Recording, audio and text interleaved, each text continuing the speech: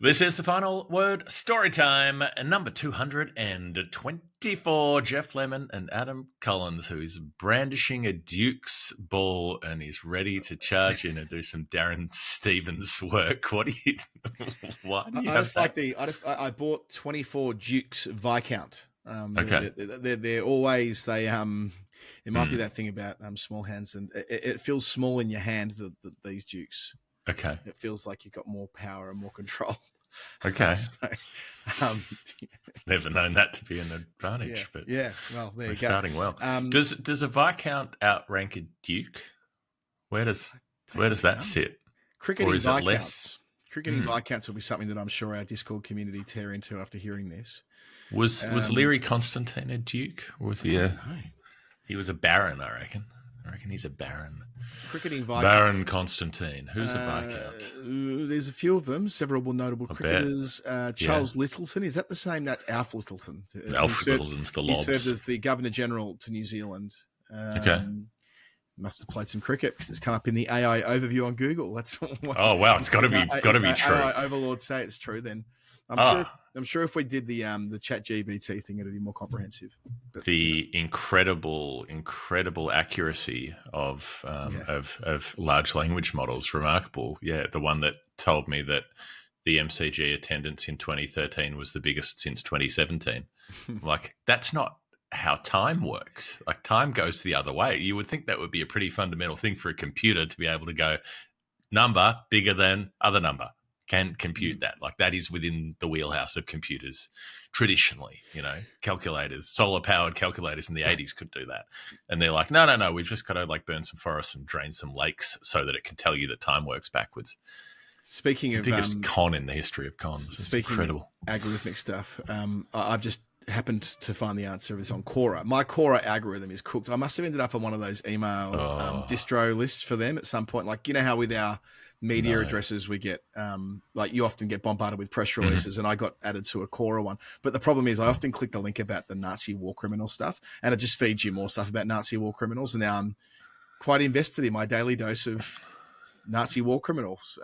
Does it just answer questions about them? It just provides you with like prompts about, oftentimes about what happened in the trials and so on. And, I guess every time I click a link, Conrad Collage, or what Rippertop and co, and all his mates there at Nuremberg. So yeah, that's one of the things that I get. But on Quora, weird. I'm told here that the traditional upper echelons go as follows: royal family, the nobility, the gentry, knights, members of diverse orders, the rest. Now, I'm sure in this here we go. So the nobility has 5 grades: duke, then marquis. Is that how it's pronounced? Yeah, what you go in at a wedding to have lunch. What we're going to have at the segue. 18th of August. Get in the marquee for 90 quid. Bring your mates. That's very reasonable rates to get in the marquee. It's extremely reasonable rates. Usually it's double that, I reckon. So you get your free feed, glass of champagne or whatever else it is, or 20 quid to sit on the grass bank to watch us play against Zero Ducks. The marquee, then it's the earls, then it's the viscounts, then it's the barons. Okay. Yeah, I was thinking it needed to be less, because if the Duke is the ball and then it's the Duke Viscount, it's got to be a sub-category, But I'm not good with. I think we've got someone in our world who might become a Viscount one day. I think. Yeah, possibly. Anyway, there's 111 Viscounts. That's what Google. We should really move on from this. Episode 224. 224 is. Let me tell you. There you go. It's Pat Cummins' bowling average right now. 22.4. Oh, 22.4. I think I say 24, mate. That's a little bit on the fat side. Lose some weight, Pat. 22.4. Perfectly trim. Mm-hmm. Perfectly trim. Neil Hawke was the 224th Australian man to play Test cricket. Mostly known not for what he did, but for being Fred Truman's 300th Test wicket. Right. That Cowdery slip, wasn't it? At the Oval in 64. Anyway, there's some more. Oh, I broke my arm. Oh, I can't take a catch. Oh, I'm calling Cowdery. Some kind of sort, and also a lord to come back to it, and also a cricketing night. Rare as they were, as we were discussing on the weekly show, which, spoiler, we recorded not long before we recorded this, because Easter's coming up. You're hearing this on, hopefully, provided the internet's working, you're hearing this on Easter Sunday. So happy Easter to you. I hope that you're enjoying lots of eggs, and as my darling Peggy says, dos months. Dos bun, Daddy. Dos bun. Dos.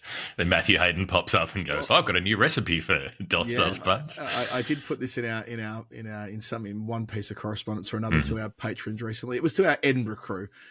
Peggy wanting her dos buns. Wait till Matthew Hayden hears about this and starts his own brand of hot cross bun as he's making the sign of the cross. Making the sign of the cross and the sign of the dollar.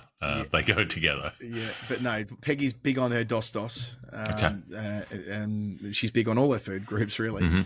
And she's now worked out that they're better when I toast them with butter, so she doesn't let me give them to her until I finish the job. It used to be give her a raw hot cross bun, good to go. Now she's like, no, right. Gives it back to me and wants butter like that. So a long addiction. Very good. Well, yes, happy Easter to everybody. If you're having Easter, if you're Eastering, if you're eating chocolate, if you're hanging out, I hope that you're having a good time. We are going to celebrate Easter in the way that we celebrate most other weekends, with a round of Nerd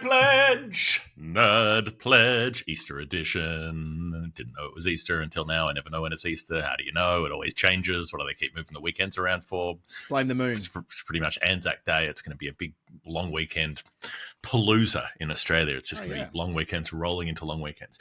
So, Nerd Pledge, it's the game that underpins the entire operation, not just Storytime, but the rest of the final word. This is how we get it funded. We get it funded by people sending in contributions of currency, but they don't do it in normal denominations. They do it in boutique numbers. They arrange it in a certain way because it tells us something about cricket. It gives us a hint. It links to a story, and we have to figure out what the story is. Lachlan K is a new pledger, one of our raft of new sign-ups from earlier this year when we met Murali, when we got past 800, the 800 wicket tally of Mattaya Muralitharan. Thank you, Lachlan. $4.80 is the pledge. Lachlan said, been meaning to sign up for a long time, finally did after the Great Sydney Live show. There we go. There is an advertisement for the live stage version of the final word that we do, which is rather different to the podcast version. My pledge, Lachlan says, should be about someone who was a no-show, emphasis on show, at the first, but does appear once in a match with a few Storytime favourites. Of course, the first thing I thought of was Glenn Maxwell's line about when he's been not going well and the bloke leaning out of the ute and going, big show, more like the no show, which he likes to recount. But it wasn't going to be about that because it has to go back. It feels like an early days thing. Anyway, I didn't look at this. I didn't solve this. You hopefully have. What have you found? Yep, I think I'm there with you, Lockie. I think we with our crew, and I thank Pat Rogers as ever for being – he's so good, and Pat's obviously – actually, Pat co-hosted the episode that we recorded the afternoon of our Sydney live show. This ties in beautifully. This show, by the way, is brought to you by Maurice Blackburn Lawyers, Australia's #1 plaintiff law firm. It is. That off the top. Sometimes they're the best. Sometimes we get complacent because they're so good, because we know they're the best. We know they're #1. We just feel like it's taken as read. You know that by now. Right. So we're going back to the very first test match, which is always a pleasure. Always a pleasure. The story of a lad called Frank Allen, which, as it turns out, didn't play in the first test match, which I'll explain why. That bit of the clue about missing for the show. It'll all come together in a sec. He was known as the bowler of the century, which is a massive call. He was dubbed the bowler of the century for what he did. He did have experience. You would hope so. Yes, indeed. Of being dubbed the best bowler that Grace ever saw. Now, I'm going to be back and forthing on our timeline here, but let's just go to 1878 to begin with. This was when Australia had a non-test tour of England. Remembering the first test match was 1877. And our man here, Frank Allen, whilst not fully fit and ill for the whole trip, still managed to take 217 wickets on tour, which I just love that stuff. Like, what? He wasn't what was he sick with? Like all sorts. And he wasn't right. He wasn't leather fit. Poisoning. Yeah. Like what's his... But the most notable bit of that was when they played MCC at Lords and Grace was captaining. And second ball of the match. So first ball of the match, Grace smacks him for 4. Second ball, a big hooping left armer. He was a tall left arm swing bowler. I think from what I can tell, Frank Allen bowled underarm and overarm at different points in his career, which was the vibe at the time, I suppose. The original. Yeah, that's like what Garfield Sobers cop that. Yeah, indeed. How's your underarm? But he was known for hooping it, left arm hoop, and also for turning it, like the old fashioned break bowlers. And we know that bowling wasn't especially quick at the time. So he was probably more a spin bowler than a seamer. But this ball to Grace with the newie, maybe a new Duke Viscount, probably not, angled back towards him so far that he was completely caught off balance and spooned a catch to an old favourite of the final word, Billy Midwinter, who was fielding at short leg. And Grace later declared that Frank Allen was the best bowler he'd ever seen. So you got some sense of, what this guy's raps were. Okay. He's from a big family who do all sorts of interesting things, some unorthodox things, which we'll come to later as well. They were originally brought out, his grandfather was brought out to help run the colony of New South Wales as the Commissary General. I'm not quite sure what that role meant. Sounds very Russian. It does. I mean, clearly lower than the Governor General. Governors General. What do we describe? T20s International to be T20s International. That's right. We'll get it up one day. His old man, after a whole bunch of shit went down, his old man ended up in Allansford. Now, near the Hopkins River, Allansford, which is in it's about. Was it called Allansford before he went there? They were early settlers here. This is the, I want to say 1839. So it's named after them. Yeah. So Allansford is the town. That's right. So they landed at the Hopkins River. The family go there, and this is these days. Now we're living here in Allansford. Have you ever had a milkshake from Allansford, Jeff? Don't know. It's the thing that people do. It's a thing. I've had a milkshake most places that I've stopped. Well, have I stopped in Allansford? Where is it? In hindsight, why didn't we not stop there when we did our Warrnambool video and our Port Fairy video? This is beyond me. Is it on the way? Is it like near Dunkeld or something? I want to say 10 kilometres. No, far closer, like 10 k's out. Like I remember when I went to school in Warrnambool for that 6 months, there was an Allansford bus. Like the kids. Right. Okay. So it's not far. It's commutable, very much commutable. Maybe 20 minutes in the car, something like that. Okay. And there's a milk factory there. And as part of that, there's the milk shakes that people stop in for on the way through when driving back to Melbourne. Anyway, that's the thing. So Frank, as a kid, is quite involved in that local community, which is, I think it's fair to say, it's fairly rough and ready. And it includes him becoming quite pally with the Indigenous community. He assimilated, so much so that he became fluent in one of the Indigenous languages of the area, which I think is pretty cool. Like that he didn't sort of take an adversarial approach to the local Indigenous peoples. He decided to get involved with that. It included him learning how to hunt with Indigenous weapons. And this comes back to what's known to be an unbelievable throwing arm. So it would have been left-handed. A weapon that wasn't quite a boomerang, but did something similar to it. He threw that to hunt animals. And later in life, he would win a cricket ball throwing competition where he threw the ball over 100 metres. So it had something going for it in terms of proof of method for his training.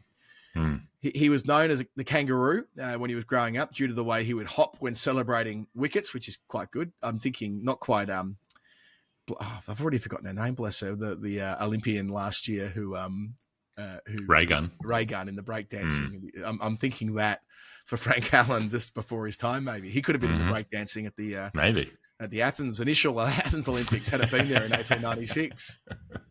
Bit of a misstep that he wasn't. Retrospective missed opportunity, Frank. I'm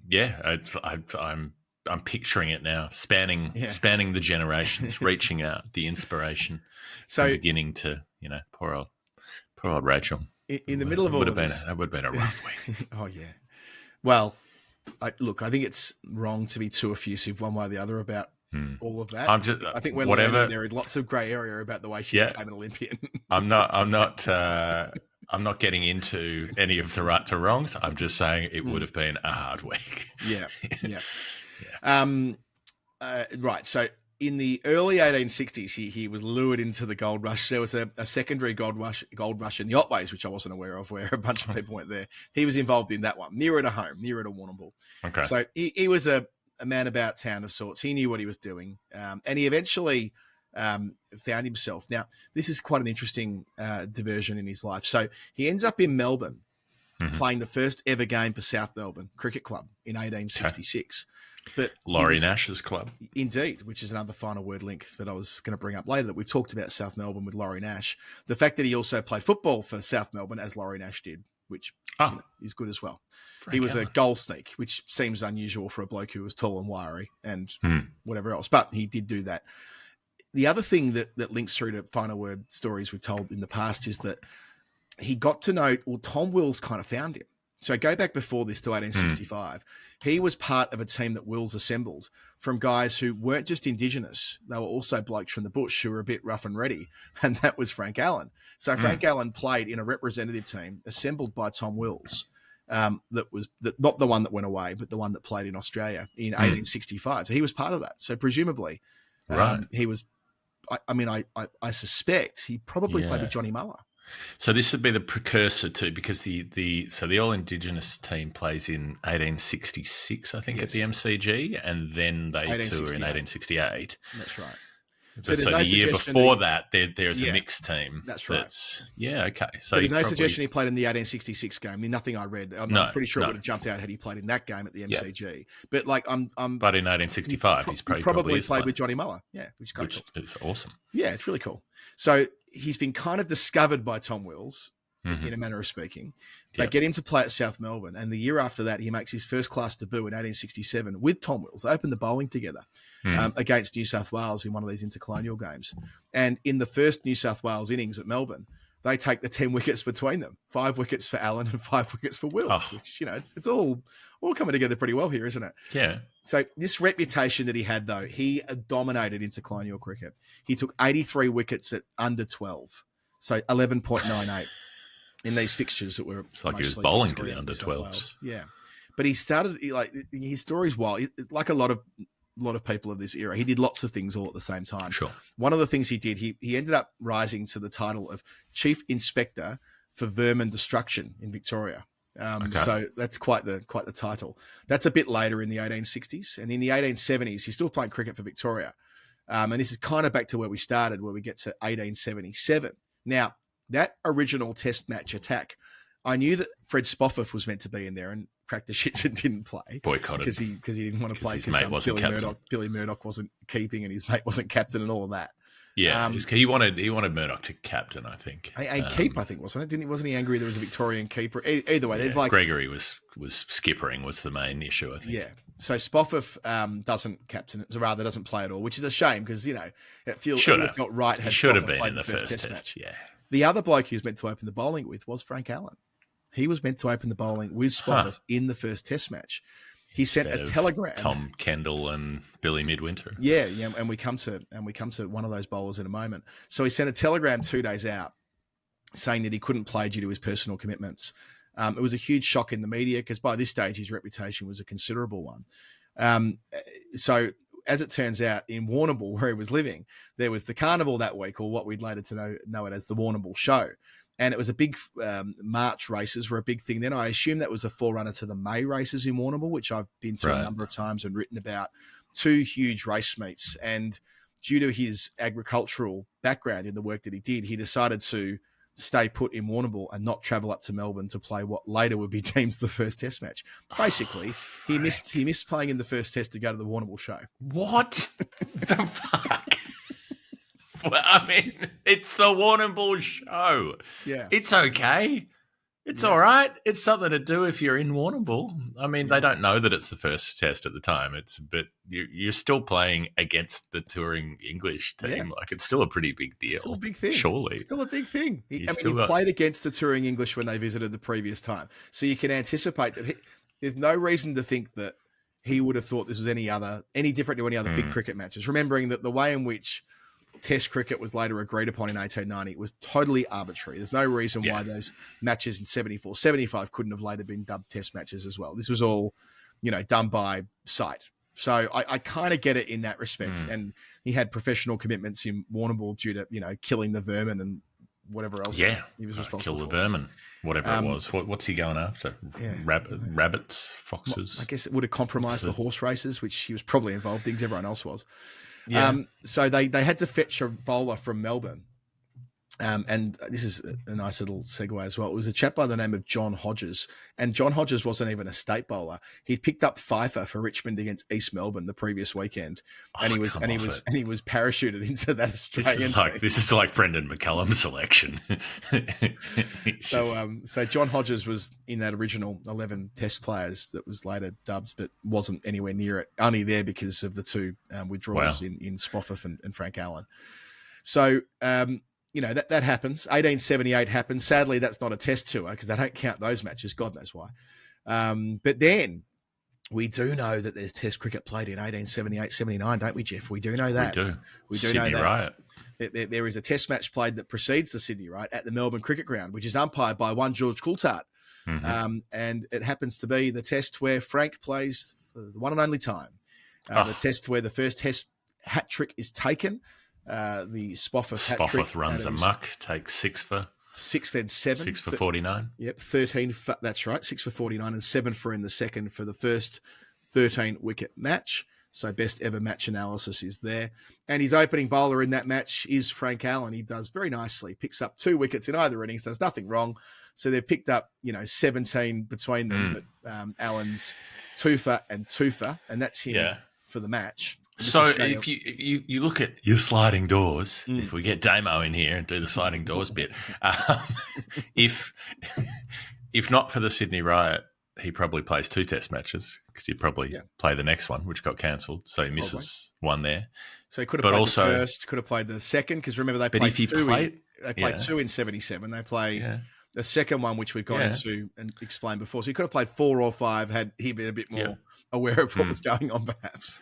And maybe been able to stop the louts coming over the fence in Sydney. But also, if he had played, and if Spofforth had played, and whoever had missed out, Charles Bannerman probably doesn't make the score that he makes. He probably doesn't like that scorecard's different. Whoever they pick might make runs. They might ruin the Bannerman. You don't end up with 67.35% of the runs being scored by one player in a record that still stands. So in some ways it's disappointing that Spofforth and Kendall and Frank were not there, but maybe it's for the best. Yeah, quite possibly. And Frank was a different cat. Like, he didn't drink, he didn't eat meat. Like, for the time, he was an unusual fella. He played lots of footy though. He played for Warrnambool, where we've recorded an episode of Story Time. I'm pretty sure we did it on the Reed there at Warrnambool. The one that's right. The one we started on the bench at the Reed, and we finished that in a bath, which Cam naturally directed. That's true. That's what Cam does. That is what Cam does. It makes you do stupid shit for the camera. Yeah, he played for South Melbourne in the footy as well. Also played for an all-Indigenous team, which again, I'm getting the sense of a guy who was ahead of his time. Ended up a football administrator in Carlton as well, and his main mission in life was to preserve the local fauna and flora. So this was a very reasonable human being by all reports. He actually passed away in 1917 related to cricket as well. He was involved in a bowling competition. God knows what this constituted at age 67 during the war in 1917 at the G. And he got a chill whilst he was there up in Melbourne and died 2 days later in the February of 1917. So Frank. He died, which was a decent age at that stage. That's when they invented footy scarves. Yes. And I've been wearing them ever since. Now, the other bit of his story, which deserves its own tale, but I thought maybe another time, his uncle was executed for attempting to assassinate the Duke of Edinburgh. What? Like the guy who invented the awards, or the? Well, I should say the current Duke of Edinburgh were a decent chance of getting on the final word soon. Watch this space. He's just taken over as patron of the Taverners. So I don't even know who it is. It's the Queen's the Duke of Edinburgh? 4th child. So that's not the Edward, wrong end. Prince Edward. No. His brother, his younger brother, he's not a wrong one. He's a guy that does a lot for charity, and he's now looking after the Tabs because his dad, who was Duke of Edinburgh for like 60 years, was so into Tab stuff that he used to like play every game. He used to be there constantly playing Tabs fixtures and that type of thing. And the new Duke has apparently said that I don't play in quite the same way that my dad did, so don't expect me to roll up at opening of an envelope, which I think the previous Duke of Edinburgh was at pretty much every Tabs event because he really enjoyed it, which is great. Anyway, this Duke of Edinburgh, as it relates to, I've taken this quote from a story that was written about all of this. Frank's maternal uncle was called Henry O'Farrell, and he shot the Duke of Edinburgh in Australia's first political assassination attempt. A Sydney shopkeeper who met O'Farrell hours prior to the incident gave testimony at the accused's trial. I had conversations with him, first in reference to cricket. He was complimenting my boy upon his slow bowling and spoke of a nephew named Alan, who was a swift bowler, who would be the chap that we've been talking about, Frank. He showed me the position in which he threw the ball. 1 year later, the Prince, fully recovered, made a return visit to Australia. He planned to attend a match between Tom's Aboriginal team and a Victorian 11 featuring Frank. A very tempestuous storm kept the Prince away on the final day of play when Frank and Tom bowled brilliantly. So that's, again, we're going back to I guess that would be 1869. When he's hoovering up the wicket. He's hoovering up the wickets with Tom Wills at a game where he's supposed to meet the Duke of Edinburgh, who his uncle shot, tried to kill, and was executed for trying to kill. Terrific stuff, isn't it? What? Back to the number. As I'll round out the story, I better round out with the number in question. So 480 for Lachlan K. They were his test figures, Frank Allen. But I mean, crazy first. He took his first class victims at like 13. I know what it was actually. It was palindromic. 13.31 was his first class average. Nice. So the guy who was known as the bowler of the century, but had a real life. And yeah, I want to learn more about him. I feel like this guy was probably wonderful, and probably had a lot more going for him than a mean left arm in swinger. So there you go. Lachlan K to start the show. Call 1331. 1331. Luba Bill will come to you to pick up the shot Duke of Edinburgh. Take him to the hospital, throw him in the back, slide him in the back. It's real easy to slide into the Lubmobile. That is unbelievable. First assassination attempt. Why didn't we have a 150th anniversary celebration of that? You'll be pleased to know, Jeff, that Norcross and I had a fairly decent frolic on the Surrey stream this week about why the sesquicentenary England game must be at the Oval and not at Lord's. Yeah. I mean, no issue with Lords, of course, but it'd be a travesty if that game in 2030 is not played at the Oval. Yeah. Anyway. I agree. It's got to happen. So 2018 would have been the 150th anniversary of Australia's first assassination attempt. Yeah, so shame we missed it. Before we head into the break, Jeff, we have, why don't we first talk of NordVPN? Why don't we do that? The having of a VPN is something that if you are somebody who follows sport in the digital age, you must have. This is no longer negotiable because there are sports being played in all kinds of places around the world. You have different subscriptions, different packages. Some of them let you use them in some places and not in others. You travel, you find yourself outside of a certain country. There is nothing more enraging than being unfairly kept away from the thing that you've already subscribed to just because you happen to be on a holiday, or you happen to be somewhere else, or you happen to want to watch a highlight that somebody sent you, but they're in England and you're in Australia, or vice versa, or whatever it is. You need a VPN so that you can change your location. When I was in Australia recently, I maintained discipline, which I'm not always known for. I had access to my VPN, and I saw that in Australia I could have commenced watching Hacks season 3. And I didn't, because I'm committed to watching that particular program with my wife. It came on TV in England a couple of weeks ago, and we've smashed through season 3. Season 4's just started over here as well. All's well that ends well. But the fact of the matter is, I could have TV cheated on Rach, which you can't really. You got to commit if you're committed to watching a show with someone, you can't jump ahead. But my VPN gave me access to that. Have you watched Hacks, Jeff? I haven't. This is a show you would love. Hacks. It's extremely funny. It's very, very good.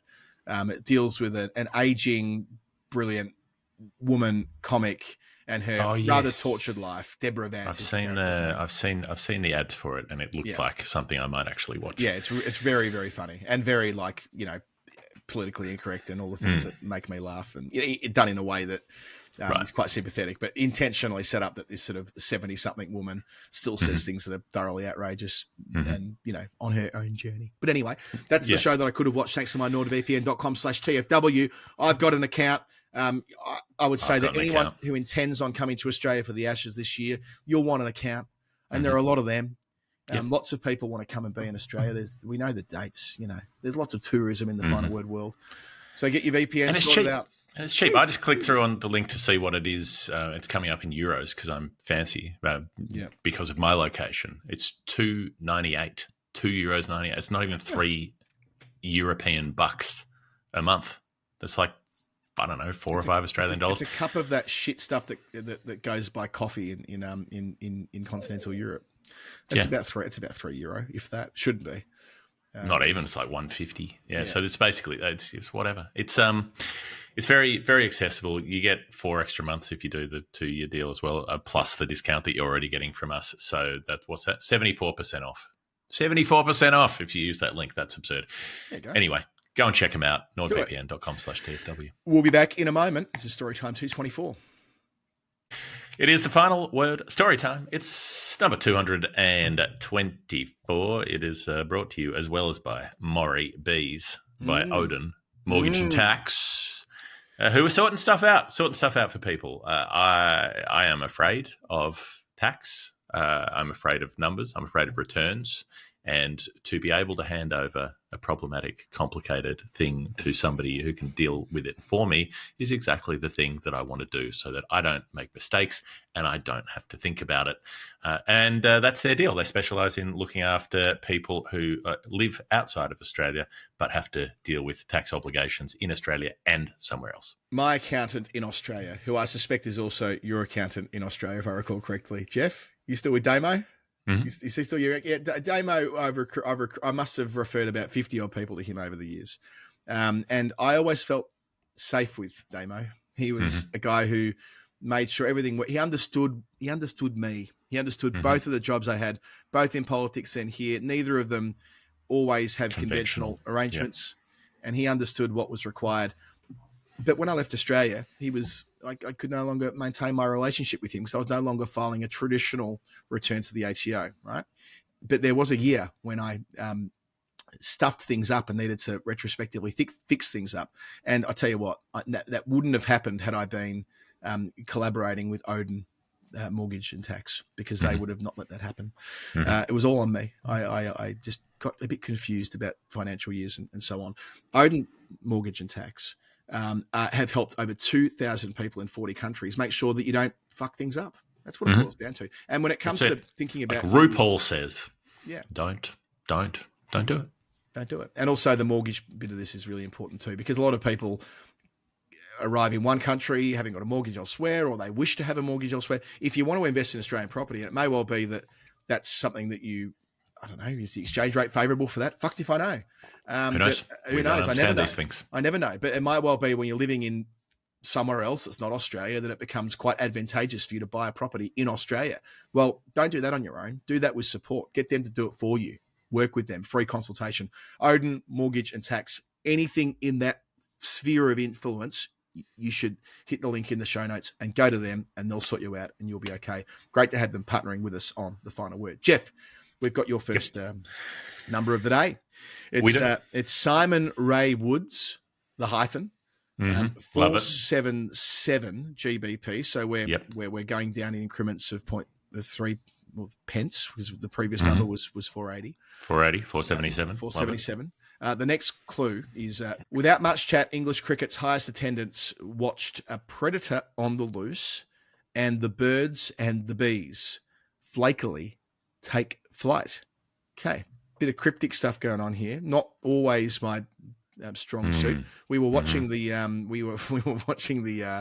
cryptic crosswords get solved on our Surrey stream this week by getting the cameraman to focus quite close up on the crosswords that the punters were filling in, which was a good laugh. We also had at one stage, one of the scorebooks got zeroed in on, right? Right up close, and you could see where the balls were being marked. And not just the runs, but the dot balls as well. And I go, oh, that's terrific. I used to do that when I was a kid. Zoomed out. It was a bloke who lives in my street here in North London who was at Surrey with his scorebook out. I know he goes down to watch county cricket in both venues, so I wasn't surprised to see him. But what are the odds of seeing someone living on your street on a broadcast that you're on? Anyway, Simon Rae-Woods, welcome to the show. Yes, Billy Ray Cyrus, the cryptic crossword style. Now this was fun. I had some attempts to solve this, and then I couldn't, and then I went and chatted to the sleuth group and to see if anyone else had any ideas, and nobody else could solve it.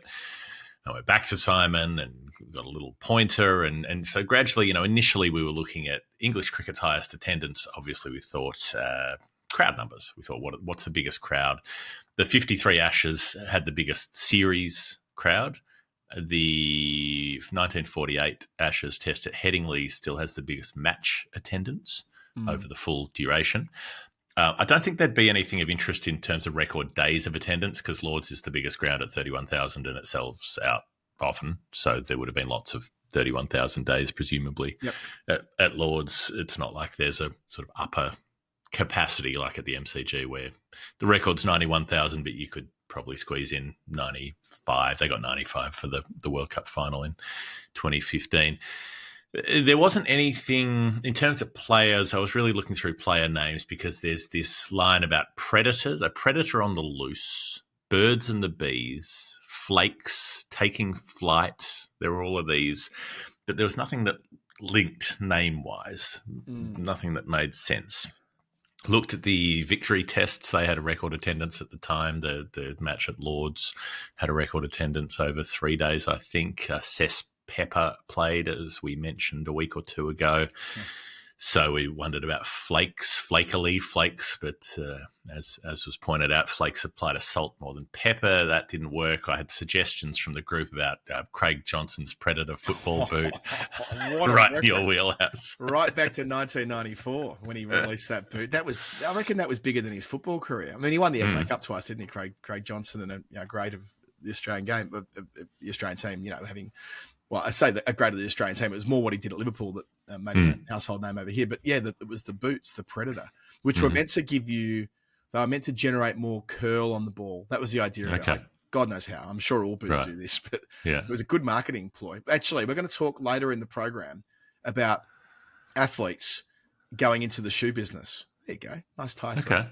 I'll leave you with that thought. Okay. Steve, what's that brand? Steve Madden or something that was the shoe guy who ends up in The Wolf of Wall Street. Anyway, never mind. I had suggestions that the birds and the bees line might relate to the Root brothers. That seemed a little bit, that wasn't quite up to the standard of class that Simon Rae-Woods is about, I didn't think. But what Simon said was just rethink the meaning of the word highest. So I thought, altitude. What about altitude? Now, you can find plenty of things about English teams and English cricketers being lunatics and playing in, or Dharamshala being the test ground, or playing ice cricket in St. Moritz, or like climbing Kilimanjaro and playing didn't Gower do that, the highest altitude cricket match? Wasn't that one of his? It was now I'll get this wrong. I know the Tabs did an extraordinary climb at one point. Phil Walker at John Surt's Heather Knight did one. They did one that might have been Kilimanjaro as well. That was one that related I think it was. And of course, how could I forget our very own Nick Tuvey went to the Everest base camp. That was also Tabs. Tuvs went in 2009. I know way too much about this because it comes up in conversation every time Tuvs is trying to impress someone new. Sorry, mate. That he was involved in a Guinness World Record attempt where they played the highest game of cricket. They needed to play like 20 overs each or something to constitute a game. They had to bring a scoreboard, stumps, a pitch, boundary markers, the works, and they got extensively covered by the media at the time. I can see he's tapping away in the chat box right now. I almost don't want to read what he says we played 20 overs. Phil Walker only played 7. Oh, right. I like that. So it must have been that Phil's attempts superseded what they did back in 2000. And Tuvs in a separate chat box tells me that Craig Johnson, the boots easily outweighed his career, but he also designed the software for hotels that tells you if you've had something to take from the minibar. He also says he took 1 for 21 and made 10 not out. So in a world record attempt. Yeah. What's that? Unbeaten. Red Ink. Always playing for Red Ink. Yeah, good anyway, stuff. I can tell you what, I played some pretty high cricket matches on EA Sports 2002. I can definitely attest to that. Now, but I'm looking here for high cricket grounds in England, of which there are not many because England's not very high. What's their biggest mountain? Less than 1,000 meters. It's the one in Wales, isn't it? Snowdonia? No, it's the one in the Lake District. One of the 3 peaks. Scaffold's Peak, something like that. Anyway, this ground that I found was, as far as I can tell, the highest regular sort of county cricket ground, the highest ground that was used for that level of cricket. There are some village grounds that are probably higher, but maybe the highest is Buxton. They claim that Buxton is England's highest town. But then some sources say the highest market town. I don't know what that means. Does it mean it has a square in the middle? Maybe it does. Anyway, it's all of 1,000 feet above sea level. It's in the very north of Derbyshire. You think about the Pennines as going between Manchester and Leeds, but sort of forget that they go all the way down into Derbyshire and sort of peter out just north of Derby itself. So it's up there, Buxton. It's a hot spring town. So they built a spa up there. It was the 5th Duke of Devonshire who outranked a Viscount who founded the spa town in, 1792. Very attractive looking ground. Found some pictures. It's surrounded by trees and stone buildings and so on. Looks great. We should get up there and try to have a hit sometime.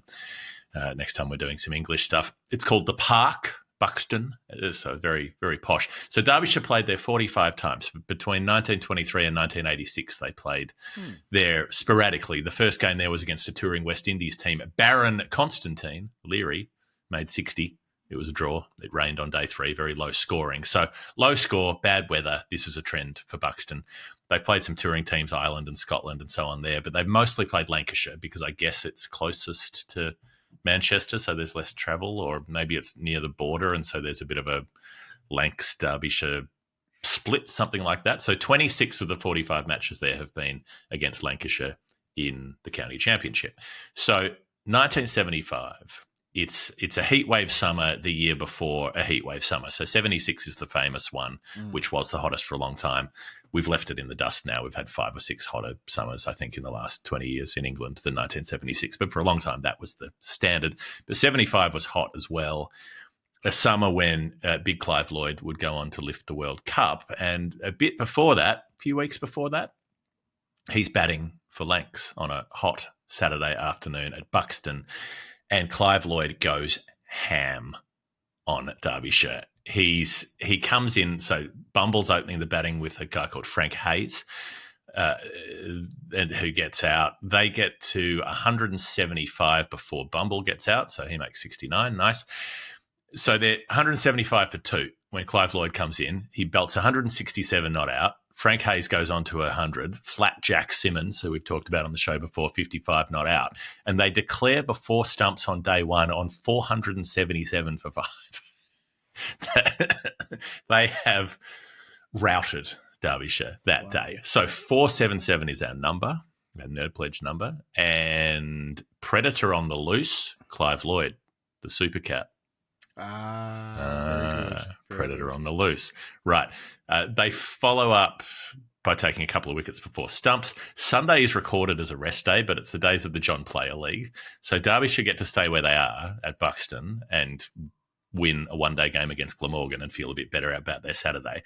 Lancashire have to travel to Colchester, which today is a 4-hour drive into like deep Essex, to lose a game to Essex, a one-day game, and then travel back for Monday to pick up the championship game. I mean, we talk about schedules now, but that is absolutely insane. What if I did it with the surf? I'd never really thought about this till now, but if a pitch was 2 days old for the first class game, and in this instance, Derbyshire are staying put, did they just play on a different part of the square? I wonder how they'd manage that, because you wouldn't want to use, you couldn't in good consciousness or meeting any sense of procedural fairness play on the same 22 yards, could you? They must have gotten clever with that stuff. I don't know. Well, the pitch in this case was a problem because in the middle of this very, very hot summer, a crazy cold front comes in across the whole UK, like Arctic wind systems. It's freezing and it dumps like 2 feet of snow in June. It's the 2nd of June on this ground at Buxton. Like the entire, they start on May 31st. So 2nd of June, it snows like drastically. It's very unseasonal, very weird. So they show up to the ground and it's covered in snow. And they're like, okay, no play. See you later. But they rock up on Tuesday and the snow's melted. And the umpire is one Dickie Bird. There was a bird in the clue, so here he is, who takes a look at the pitch and goes, well, snow's melted. On you go. And they're like, the pitch is wrecked, right? Like the pitch, it's an uncovered wicket. It's had like a couple of feet of snow melt on it and soak into it. It's damp, it's horrible, and it is unplayable. Derbyshire get bowled out for 42 in 32 overs, forced to follow on. The surface is going all over the place. It's like rearing up. And J.K. Lever is bowling, who we spoke about recently, who this is like a year after he hit Ewan Chatfield and almost killed him.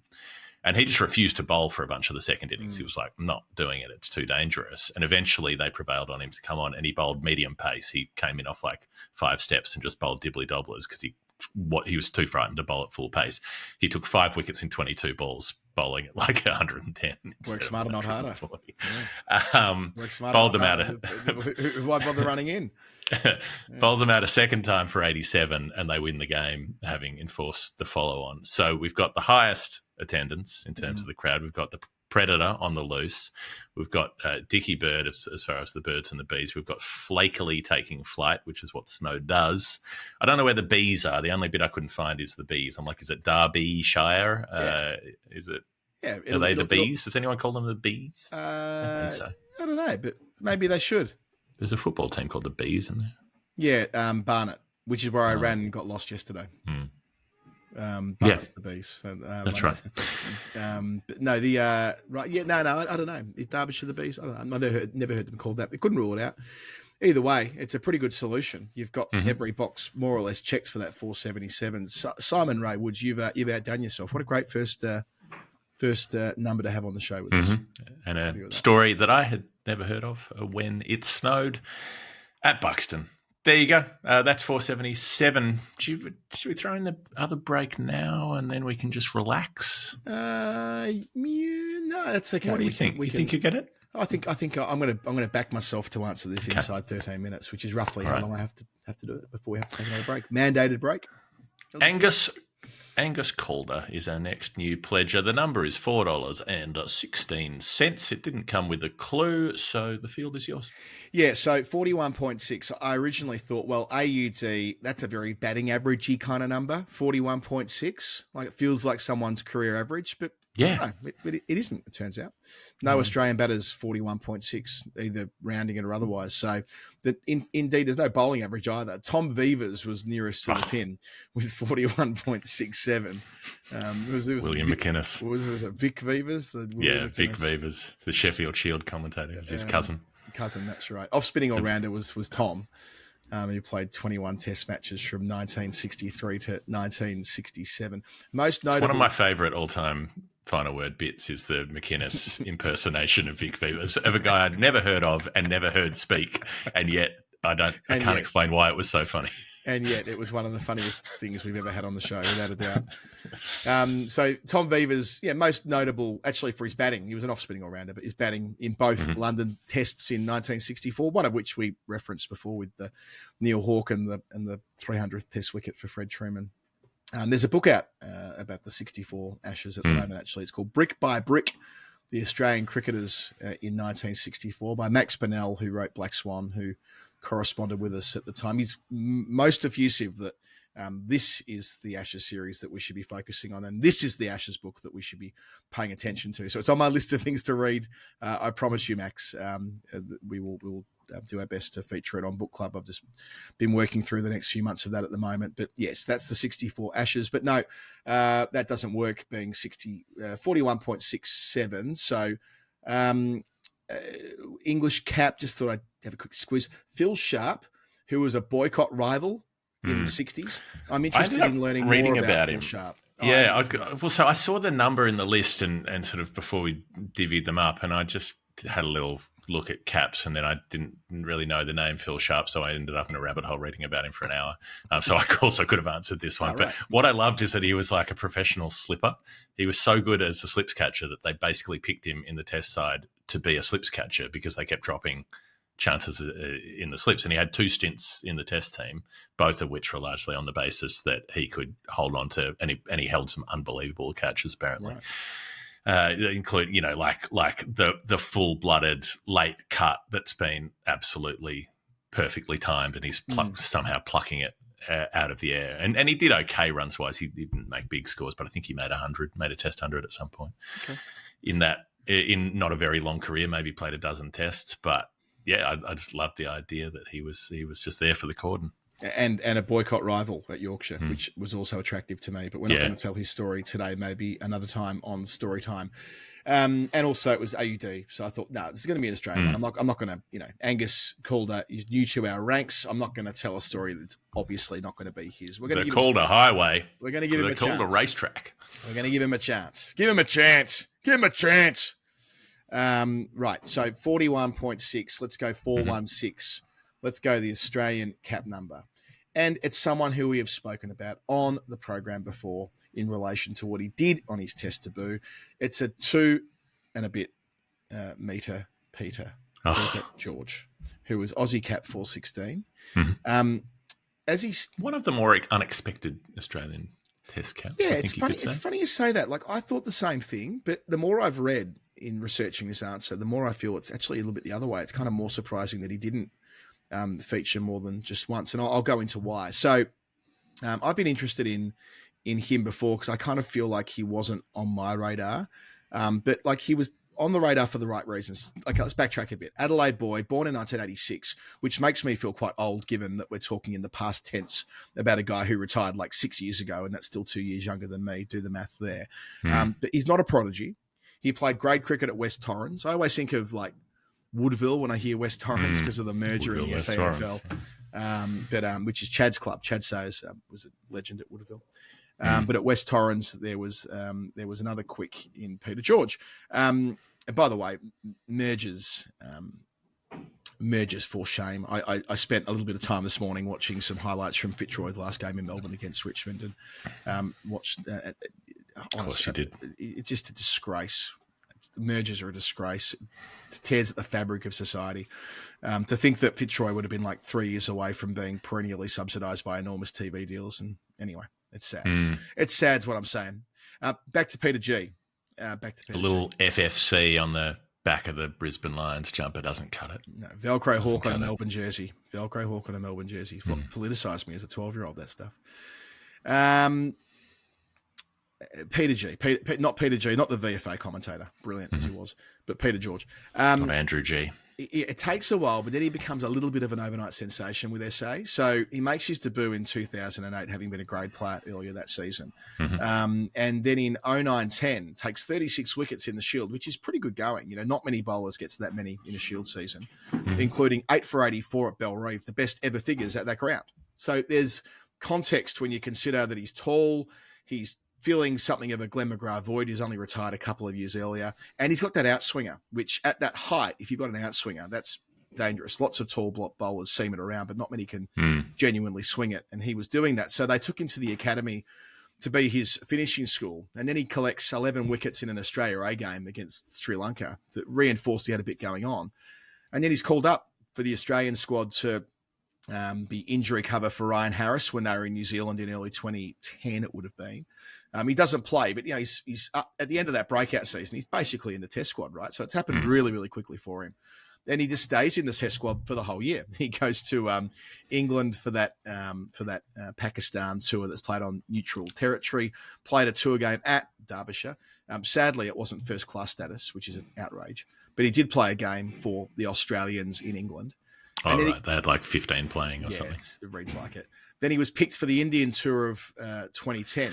Now, as I've said before, Jeff, this is the one Australian test tour of my life, I guess, which I know very little about. I didn't engage with or I didn't watch, right? It was on television. It was on Fox. But it makes sense why I wasn't able to give it anything of myself because this is just after the 2010 federal election, which really lasted 2.5 more weeks with that 17-day period with Oakeshott and Windsor and Katter having to decide what they would do, and the Greens and Wilkie. There's 5 crossbenchers, and that meant for us, we just kept working like 80-hour weeks until it was over. So by late September, I was totally fucked, like absolutely broken. And this is around the time of the drawn grand final. Jeff, you'll remember Collingwood and St Kilda. Well, over in India during the drawn grand final, there's a tour game where George bowls well enough to get him vaulted into the test team for his debut at Bangalore in 2010, the week after. This is the second test of the series. Now, it's a test that we've talked about quite a bit in the context of both Sachin and Peter George. I mean, Australia make 478. I reckon if I asked you to name who top scored in that test, or better still, if you asked me who top scored in that test before I started researching it, I would have had no clue. But like Marcus North made a test 100 in India. You know, like there's very few Australian batters who've made hundreds in India in the last 25 years, or since the Tide test with Dean Jones, if you like. And Marcus North is one of them. So there you go. Tim Payne's a youngster. 59 was the second highest score. I'm pretty sure Cat made a 50 as well. India get a first innings lead because Sachin, this is his last great moment, I think. So he makes other centuries, a couple more before he retires. 2010's a big year for him. Huge year. That's his last big year. Yeah, and he gets 214 here, and that's his last double ton. And in the 137th over of the innings, Sachin's 363rd ball, Peter George has him chopping on, bowls him his first wicket in Test cricket, very, very deep into the innings. One did bring two, as it turns out. Zaheer Khan hit one to cover, so he ended up with 2 for 48 from 21, which is perfectly acceptable when your team's gone around for nearly 500, going for about a tenth of the runs. Australia second time around all out 223, and India chase it down easily, 3 wickets down with Sachin. 53 not out at the end, and George doesn't add to his 2 wickets from the first innings. And unbelievably, that's the series done. That you'd never see Australia-India play two test series now, but that was because of the Commonwealth Games and other stuff that was going on at the time. So they played a few one-days and then they went home. But it's the Sachin First Wicket Club. So it is, yes. Hansi Cronje, Ujesh Ranchod, a Zimbabwean off-spinner, Ruwan Kalpaje, Mark Elam, Neil Johnson, Jacob Oram, Monty Panesar, Cameron White, Peter Siddle, and Andy McKay, the others who got Sachin as their first test wicket. It is quite the club. From my notes. Some who went on to have major careers and others who didn't. And the latter is Andy McKay's only wicket. That's my favourite bit about it. He took one wicket for New Zealand, and it was Sachin. Yeah, and George only 2. So the two of them have that in common, only really succeeding in unusual circumstances where it was Sachin. And Cameron White got him twice. He took 6 test wickets overall, and 2 of them with Tendulkar. So George, this is where it gets interesting for me. So George returns home. It's interesting already that he's kind of burst onto the scene. But from this point forward, he returns to Australia as a test incumbent who's done okay, right? But he's not in the 17 players in the provisional Ashes squad. Remember, the Australia's Got Talent. They had 17, then they eliminated 1 per day till they got to 13, which was all a bit ridiculous in hindsight. But the fast bowlers that Australia go with for the Ashes series are who you'd expect, really. Johnson, Harris, Siddle, Hilfenhaus and Bollinger, which is fine. So what happens to him then? Well, he had 2 more very, very good seasons.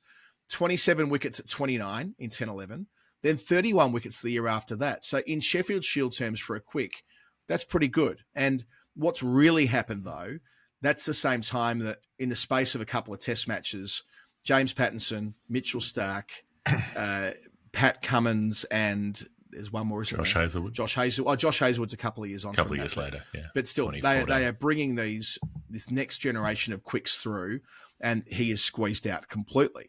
And only Mitchell, Johnson, and Siddle survive that generational change. The other quicks I mentioned before all pretty much move along or have retired in the case of Ryan Harris in 2015. So he loses his spot in the South Australian pecking order eventually, unclear why, moves to Queensland in 2014, admirably tries to find another way in by taking a rookie contract, plays a couple of seasons there, and that should have been when he's at his peak. And, again, his numbers are pretty consistent, 20 wickets, 28 wickets. Like, they're not bad seasons, but he ultimately loses his spot in the pecking order there as well. And after a couple of games in 18-19, that's him done. And that's when I meet him. I met Peter George on commentary in Brisbane. What he was doing there, you mentioned Craig Johnson earlier, he was selling cricket. Well, I say selling. He was advancing the technology in some cricket shoes that he'd invented.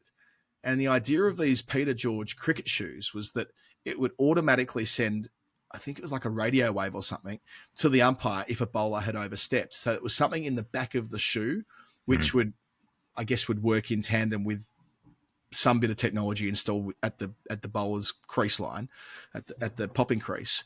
And this was going to be the thing that would change front foot no balls. Remembering at the time, Jeff, it was something that we were all frustrated about.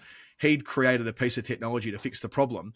But then I noticed that in 2021, it kind of goes silent. And I probably realise why, because that's when the front line goes back to the umpire upstairs. So he might have been scuppered by our campaign, not just us but others as well, campaigning for the front line to go to the third umpire, and thus not be an affliction that was going to be, well, I say an affliction, something that was becoming an increasingly big problem for front foot for central umpires due to the way that they were being scrutinised by television technology. So that's the end of that storyline for George, as best as I can tell. But what I'm pleased to see is that he's gone into umpiring, and he's done a stack of WBBL games last year, which is great to see. And so he remains involved in the game. Jeff, I worked out that 73 of 471 Australian Test cricketers played one test. That's the men, not the women. So 15% played one test. So when you think about, like, when Cooper Connolly made his debut the other week, and we think about what his future might be, well, for 15% of men who've had that honour, they've never played again, and Peter George is one of those. And to finish off my answer here, I'm going to take you to Friday Night Football the other night, where we played a game, a quiz afterwards. Taha Hashim, who's been on the podcast before, kind of a bit of a tail-enders knockoff. Given the Masters was on and we were all there watching Rory, he was doing a nearest the pin on cap numbers, and you had to get to, like in darts, you had to work backwards from the number he gave us, which was 425. And we got to 150. Me and Ollie, who I mentioned last week, Ollie Bellwood, got to within 156. I went with Steve Waugh, that took us 13 over. He played 168. And then I nailed it. I got the putt of Scott Boland, having played 13 test matches, which I was quite happy with. But the reason I raised that is many people had a tap in for one test. And Peter George didn't come up, but he could have, because he's part of that club that played one test, and oftentimes that is talked about in disparaging ways. But I reckon for him, having had that unusual way that he made it to the top quite quickly, his brief time with the Australian team, and the way that his career never really reached those heights again, he'd be very proud of that baggy green 416. And we wish him very well, and look forward to seeing him hopefully on the umpiring circuit. And that answer for a newcomer in Angus Calder. Great to have you. Very good. Yes. Not many people get one. So if you got a cap, you've got a cap. He'd have to lean down a long way as an umpire if you were to do the old style sort of bend at the waist kind of situation. If he'd be looking at the LBWs from a different angle than most. So true, I wonder if that might colour the interpretation of whether the ball's going over. That would be something you would have to address, because bowlers seem to be pretty bad at judging it, and they're mostly pretty tall. It might be to one's advantage. Maybe we haven't considered this before, that being a very tall umpire might make your decisions more accurate. Time will tell if he stays in that caper. Jeff, we've got one more ad to get to. Then we'll return with your final answer. Story time, 224 as ever. We're with Maurice Blackburn Lawyers, and we're chuffed about that. Back for seasons 18 and 19. They've been with us for 6 months already. Australia's number one plaintiff law firm, some of the best lawyers in the country. Super insurance is something that's been back on my radar again in recent weeks, and to think that we've come into this knowing so little about a topic that's so important. Most Australians would have some kind of superannuation insurance, yet imagine finding yourself in a situation where you need to call upon it and you have no idea you've got it in the first place. You have no idea what your policy involves or includes. Well, that's where Maurice Blackburn come and fill that void. I say fill that void. They can step in on your behalf and untangle what might be very complicated terrain at, I expect, what would be a very difficult time if injury or illness keeps you out of the workforce. So that's an area where they have a certain speciality, and that is living their values as well as a law firm that is there on behalf of working people. Maurice Blackburn, there in the show notes, along with a bunch of other links that you might be interested to look at. Have a look. There is something for everybody in there. You can get 10% off Glenn Maxwell sunglasses still as well if you want to do that. I am not going to take 10% off my answer for this Nerd Pledge. It comes in from James Ralston, who has returned. The prodigal son has been off the list for 2 years and resubscribed. And we love to see that. We encourage that. If you're someone who drifted off a couple of years ago, why not get back on? Get back involved. Find out what we're doing. We're playing games around England and Scotland. We've got matches that will be coming up in Australia over the southern summer at the end of the year. There are live shows. There are Cavs fundraising events, all kinds of fun things going on. And there'll be groups going to cricket matches throughout both of those summers, northern and southern, that you can get involved with. A lot of reasons to do that. You can also get the version of the feed without the automated ad break if you sign up patreon.com/thefinalword. And that's what James Ralston did. He signed up with a new pledge of $9.02 and said that, well, there wasn't a clue, really. He said, it's a free hit. My birthday's the 9th of February. 902. Love this. 90210. 90210. Shannon Doherty. And also, I just want to say that if you're Tori spelling formative. If you were a patron a long time ago, maybe we should have something going for that. What is the longest gap? The longest someone has been off the list, and we'll celebrate you in the way we just have James. If you're with us in 2020 and for whatever reason you left and you're still listening to the program, jump back in, let us know, and we'll do your pledge, and we'll have you as a new clubhouse leader. I don't want to encourage people to leave for a long time though, to get pats on the back when they come back. That's not what we're looking for here. Shannon Doherty no longer with us. That was a real that really, I don't know, some hit harder than others, and that one I was like, I don't know if I want to be in a world that Shannon Doherty's not in. It was I certainly know that 11-year-old me wouldn't want to be in that world. Yeah, it was that love triangle when they did the summer season. They kind of did an extra season of Nights. It was so popular, they bunged the summer season, and that's when the love triangle with Dylan and Kelly and so on played out, and it was all rather dramatic. Sideshow Luke Perry was the greatest thing to come out of 90210, I think.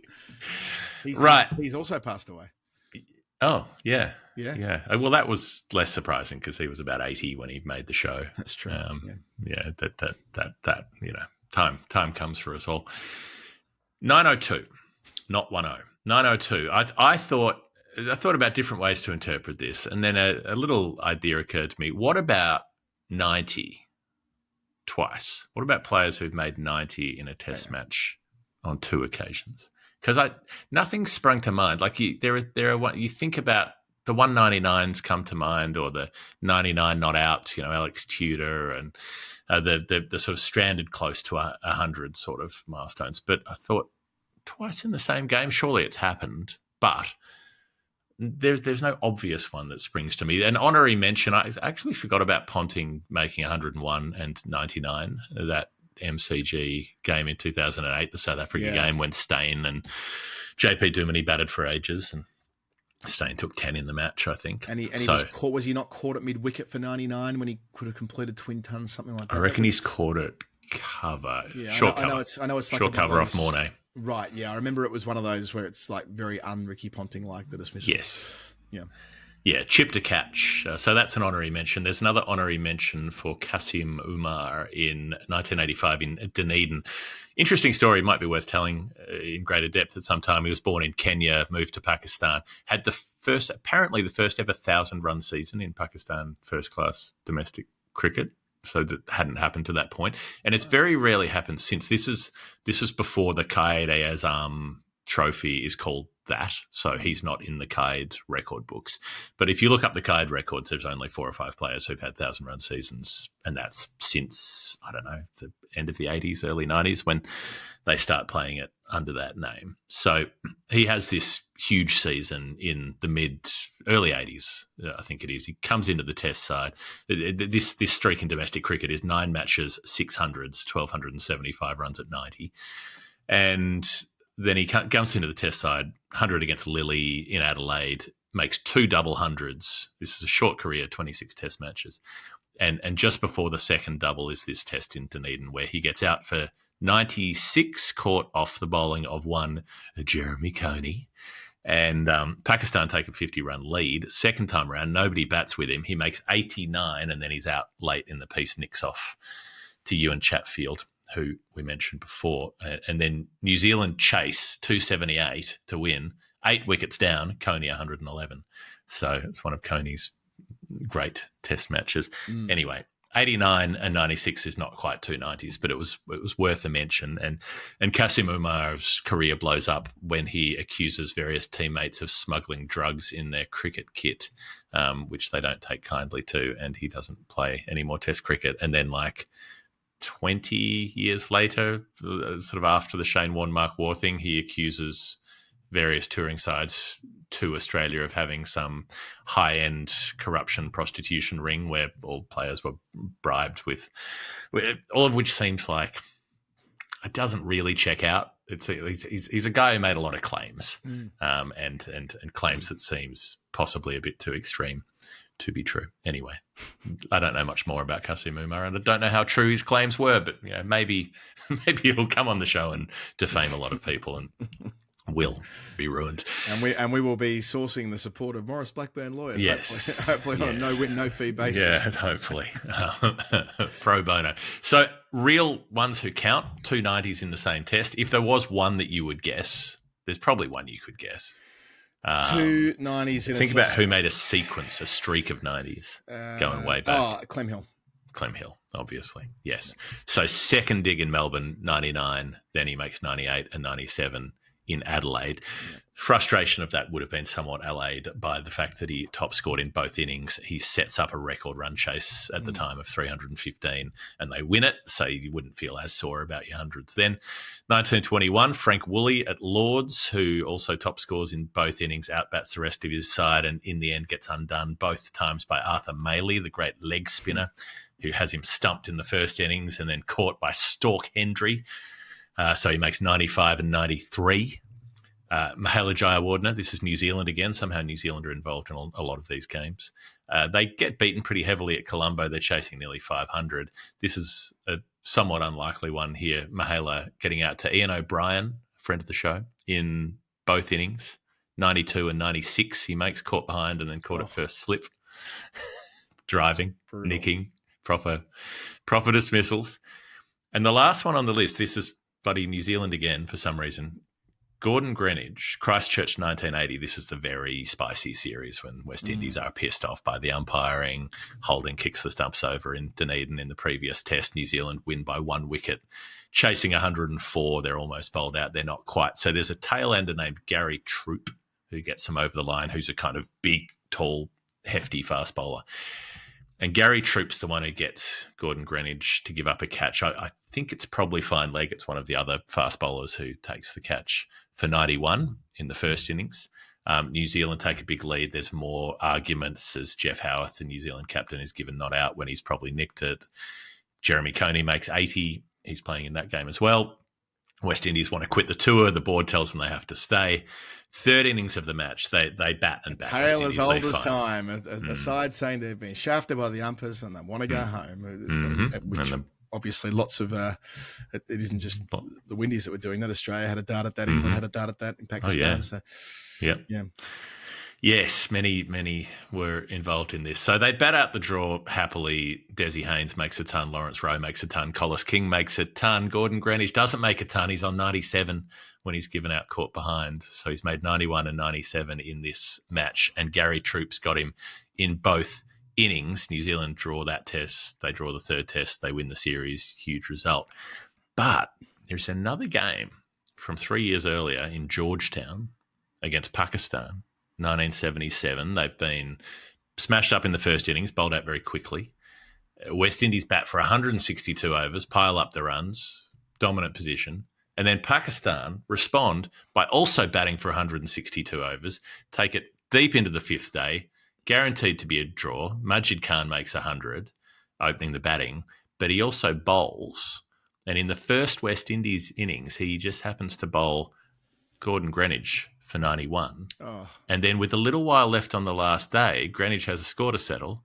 He comes out with like a couple of hours to go in the definite draw and just tees off. Roy Fredericks makes a 50. Greenidge bombs 11 fours and a 6, gets to 96 and then smacks a catch from Imran Khan and he's out for 96.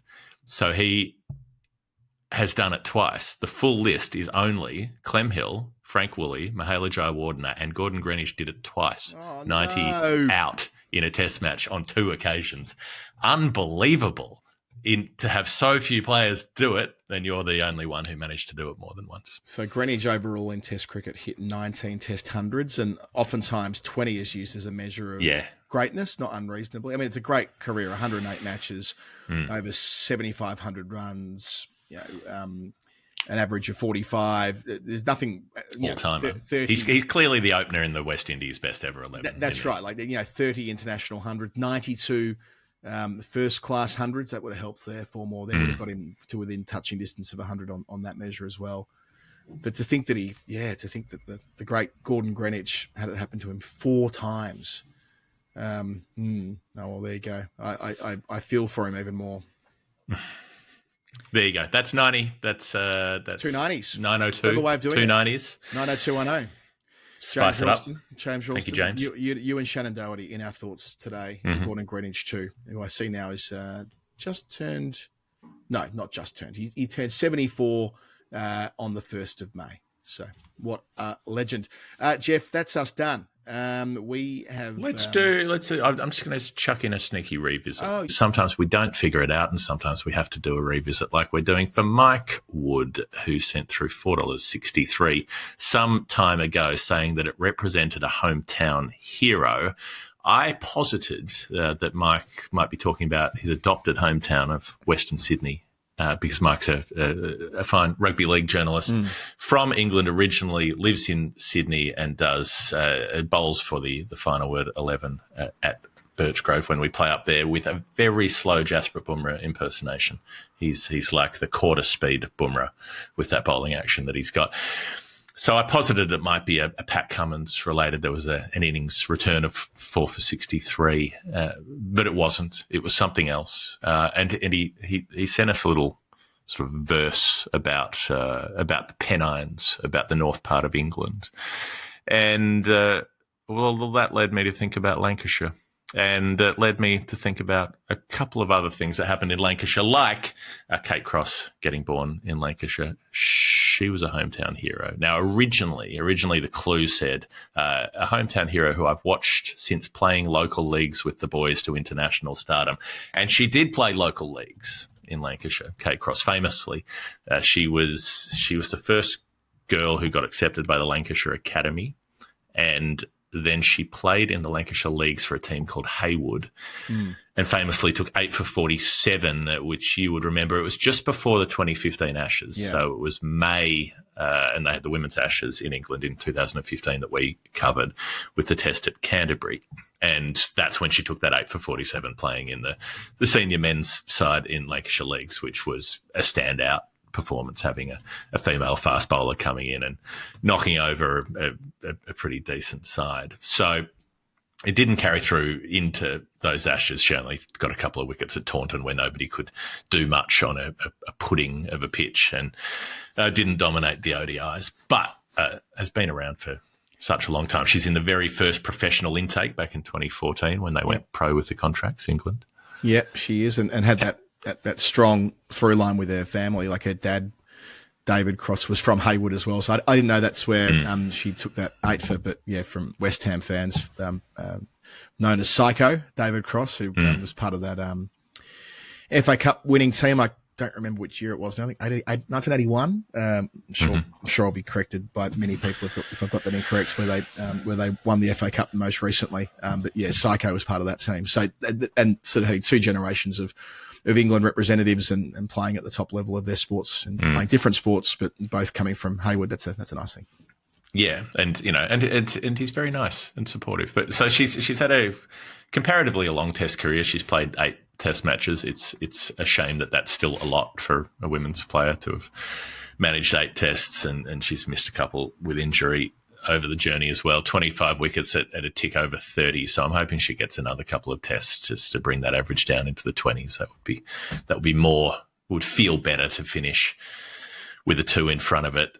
Missed the MCG test, like just how annoying that tour would have been when she was sitting there with a back problem for the entire Women's Ashes series recently while they were getting annihilated in her absence.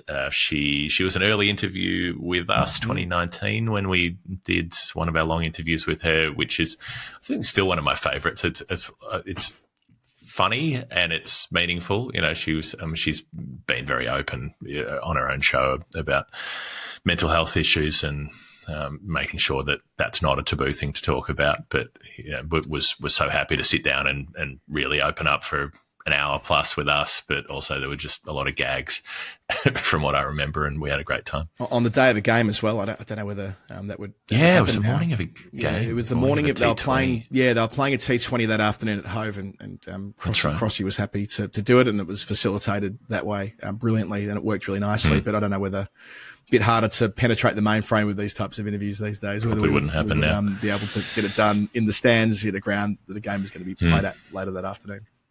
So she's 33 now. Still time to do more if the want is still there. And she's an England captain. She subbed in as captain for that Ireland series, which went a couple of different directions. They did lose they lost an ODI and a T20 to Ireland, who they should be beating 10 times out of 10 at the moment with the way things are. But she also had her best batting and bowling in ODIs in the same game, which I loved. Took 6 for 30 and made 38 not out. So it's pretty good when you notch a PB in both disciplines. The $4.63 represents her best test bowling figures so far, 4 for 63 against South Africa at Taunton, and he is hoping she gets a 5 for at some point to put that up as her best figures before she finishes up. Yeah, she's been very open about how difficult that injury was in Australia as well, how much rehab she was doing there in Oz trying to get back for the test match, but it just didn't happen. So hoping she gets back to full fitness soon, and hoping that she and Hartley, we haven't asked them yet, will play in the game with us on the 18th of August. There's a